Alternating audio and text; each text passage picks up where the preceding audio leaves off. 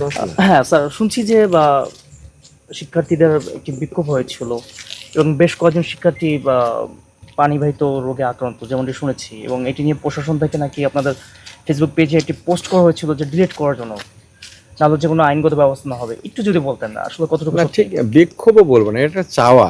সঙ্গত কারণে আমার বিশ্ববিদ্যালয়ের শিক্ষার্থীরা সবাই আমাদের সন্তান তুল্য। যে কোনো ধরনের সমস্যা হলে অবশ্যই সেটা চাইবে, সে চাওয়ার অধিকার আমি মনে করি প্রত্যেকেরই আছে।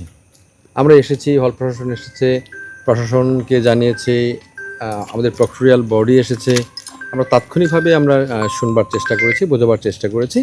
যদি কখনো কোথাও কোনো ধরনের অসুবিধা হয়, আমরা সেটা নিয়ে আমরা রাত জেগে তো আর শরীর নষ্ট করা যাবে না। আমরা প্রশাসনের সঙ্গে আমরা বসবো এবং কী সমস্যা হতে পারে আমি বিশ্বাস করতে চাই না এটা ক্রিয়েটেড কোনো সমস্যা অথবা হল প্রশাসনের কোনো নেগলিজেন্সি, এটাও আমি মনে করি না।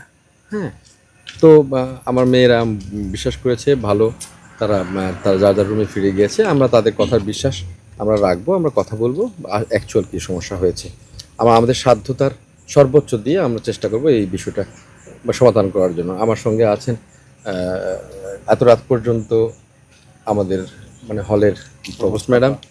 উনি উনি উনি খুবই ভালো মানুষ, উনি খুবই শান্ত মানুষ। আমি বিশ্বাস করি ওনার এখানে কোনো ধরনের নেগলিজেন্স ছিল না। যদি ওই ধরনের কোনো সমস্যা, যে একটা সমস্যা তৈরি মনে হলো, আমরা এই একটা সমস্যা ধরা পড়লে যদি সমস্যা হয়, আমরা অন্যান্য ক্ষেত্রেও আমরা সেটা চেক করবো যে এই ধরনের কোনো সমস্যা অন্য কোথাও হওয়ার সম্ভাবনা না থাকে। বিশেষ করে পানিবাহিত যে রোগ বলছে, পানিগুলো আমরা অবশ্যই এটা যথাযথ কর্তৃপক্ষের মাধ্যমেই আমরা করতে চাই। এটা পরীক্ষা নিরীক্ষা করে আমরা সেটা সিদ্ধান্ত নেব। তবে আমার কাছে মনে হয়েছে না এটা কোনো ক্রিয়েটেড কিছু বা কোনো পলিটিক্স আছে, আমি মনে করি না। কেন আমার কথা যে শিক্ষার্থীরা এখানে তাদের সর্বোচ্চ যে বিদ্যাপীঠে পড়ছে, তাদের সর্বোচ্চ অধিকার আছে। যে সুবিধাটা আমার সরকার এবং বিশ্ববিদ্যালয় থেকে পাবার কথা, এটা এটা হাইড অ্যান্ড সিক করার কিছু নাই।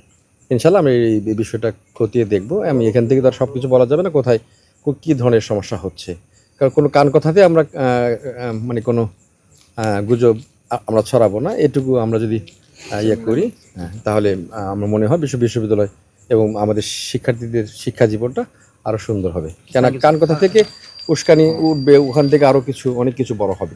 সেই টেকনাফ থেকে তেঁতুলিয়া আমার কোনো শিক্ষার্থী যদি কোনো অসুবিধায় পড়ে, আমি মনে করি না ঢাকা থেকে অনেক দূরে, ঢাকা বিশ্ববিদ্যালয় থেকে অনেক দূরে। আমরা সবসময় কাছে থাকবার চেষ্টা করি, আগামী দিনে থাকবো এবং সব সময় থাকবো।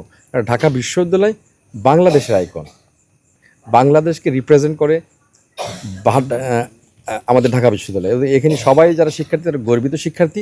তাদের সর্বোচ্চ অধিকার দিয়ে বাংলাদেশের প্রতিটা কানায় কানায় আমরা সেই বিচক্ষণতা রাখি।